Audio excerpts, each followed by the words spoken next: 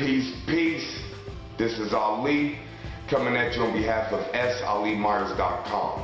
In this video, I'm giving you some quick points, some quick tips on how to know which ancestors are connected to you and coming and helping you. A lot of you have an ancestor altar, you're giving daily offerings, you're burning ancestor money. Now you may have a question of which ancestors are coming to you. Before I begin, I want to give a special shout out to the Subcon fam, you know who you are. And also I want to give a shout out to Erica Williams for this question. So from this point on, I'm assuming that you have an ancestor altar. If you do not, make sure to go back into the archives and see the video how to set up an ancestor altar. So now you want to know which ancestors are coming to you. This is very easy, fam. Who did you have a relationship with before they quote unquote died? Just because someone dies doesn't mean that the relationship stops. They just help you in a different way. So one way of knowing which ancestors are connected with you is who did you have a relationship with.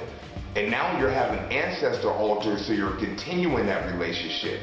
Relationship means the ability to relate. When someone goes into the ancestor realm, we relate to them by way of the altar.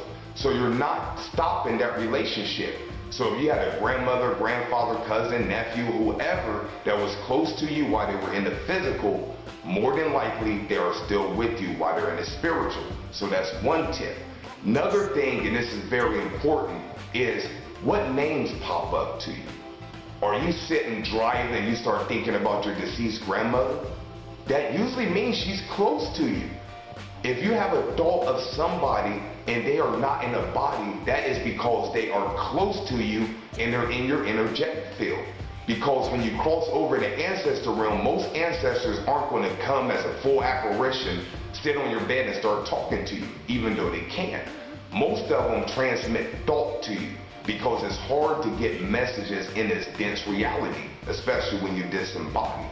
So if you're driving, doing something random, and you have these random thoughts pop into your dome about an ancestor, more than likely they are close to you. Another thing to look for is, who are you having dreams about? Are certain ancestors coming to you in your dreams? If they are, that is a surefire sign that they are connected to you and assisting you.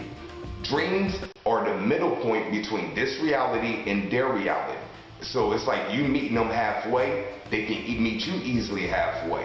In fact, that's the easiest way for our ancestors to connect with us, where we can interact with them, is during a dream state. So if you're having dreams about family members, more than likely they are assisting you. The last tip I'm going to give you, and this is something where you have to connect the dots, is do you have a scent that you smell, but the scent is not physically there? Or you smell a certain food that you know an ancestor like to cook or eat?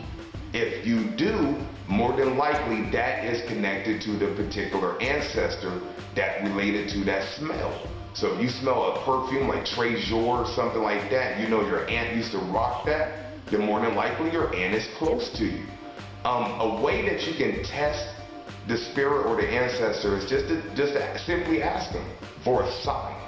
Go to your ancestor altar. If you feel a connection with a particular ancestor, you think they're getting messages to you, sit at the ancestor altar, kindly ask from the heart, please give me a sign that you are connected with me.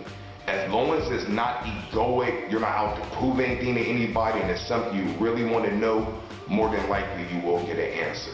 So I want to give some real quick tips. Once again, shout out to Erica Williams for how to know which deity or which ancestors are helping you on the other side.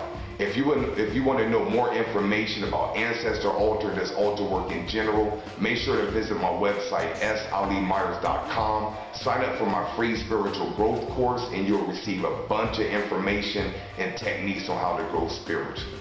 Until next time, this has been Ali. Peace.